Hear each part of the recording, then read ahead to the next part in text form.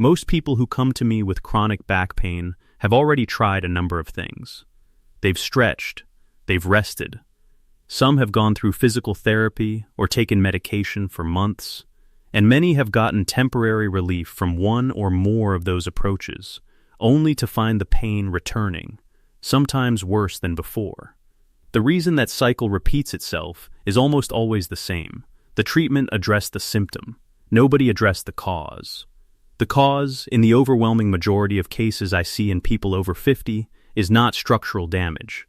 It's not disc disease or arthritis or the inevitable breakdown of an aging spine. It's the dormancy of a specific group of deep muscles that were designed to hold the spine in alignment. Muscles that, through decades of sedentary patterns and limited movement, have stopped doing their job. A Harvard Medical School study that followed more than 2,400 adults over 50 for 8 years confirmed what many of us in clinical practice had already observed. The participants who experienced the most significant spinal decline were not those with prior injuries or difficult medical histories. They were the ones whose deep stabilizing muscles had gone quiet. The spine wasn't failing them. The support system around it had. I want to tell you about a patient named Frank.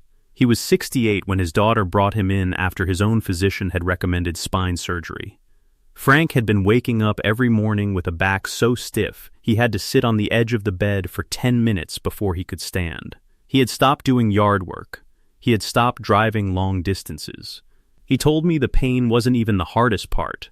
It was watching the list of things he could no longer do keep getting longer. After 5 weeks of doing the routine I'm about to describe, 5 minutes each morning, Frank called to tell me he had spent the previous Saturday planting a vegetable garden in his backyard. He had been on his knees in the dirt for 2 hours. No surgery, no new medication, 5 minutes a day. Here are the 5 movements. The first reestablishes the foundation. Lie on your back with knees bent, feet flat on the floor. Place one hand on your chest and the other on your lower abdomen. Inhale slowly through your nose, and here's what to watch for. Your chest should remain still. Only the hand on your abdomen should rise.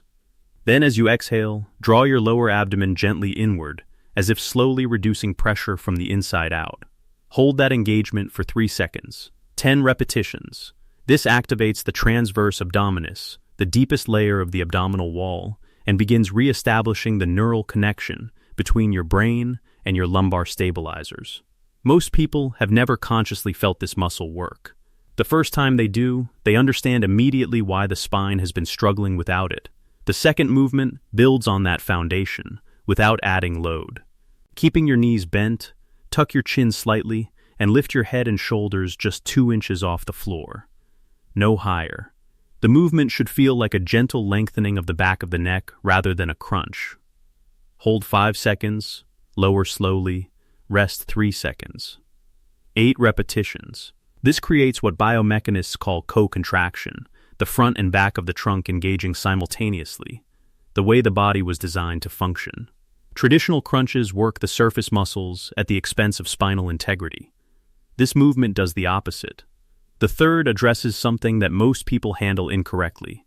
When the back is tight, the instinct is to pull the knees aggressively to the chest. With discs that are already under chronic stress, that force can cause more harm than good. Instead, from your back, bring one knee toward the chest and simply let it float there. No pulling. Let gravity and the breath do the work gradually. Hold 30 seconds per side. The release should feel like a slow, spreading decompression, not a sharp sensation. The fourth targets the gluteus medius, the hip stabilizer, whose weakness forces the spine to compensate with every step taken. Roll to your side, head resting on your arm, body in a straight line. Lift the top leg approximately 6 inches. That's the full range. The effort should be felt in the outer hip. If you feel it in the front of the thigh, lower the leg slightly and slow down. You've engaged the wrong muscle. Hold 10 seconds, lower with control. 10 repetitions per side. When this muscle is reactivated, the pelvis regains its stability and the spine is no longer recruited for a job it wasn't designed for. The fifth movement ties everything together. Return to your back with knees bent. Engage everything activated so far: the deep abdomen, the neck, the glutes. Gently tilt your pelvis to press your lower back into the floor. From that position, lift your hips 3 inches, a straight line from knees to shoulders. Hold 10 seconds, breathing with the same deep abdominal pattern from the first movement. Lower over 5 full seconds. Rest 10 seconds. 5 repetitions. What makes this different from a standard bridge is the integration. Every layer of the core system is working simultaneously, which is exactly how the spine needs the body to function in order to stay supported during daily life. Frank felt the first change after about a week.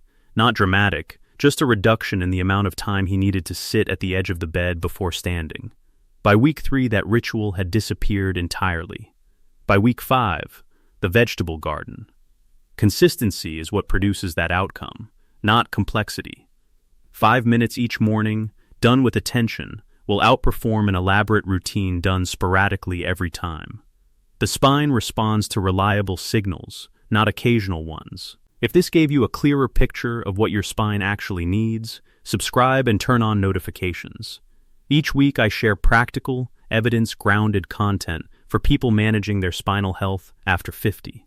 Next week, I'll be covering a recovery method from Japanese longevity research that supports joint cartilage during sleep, and the findings are worth knowing about.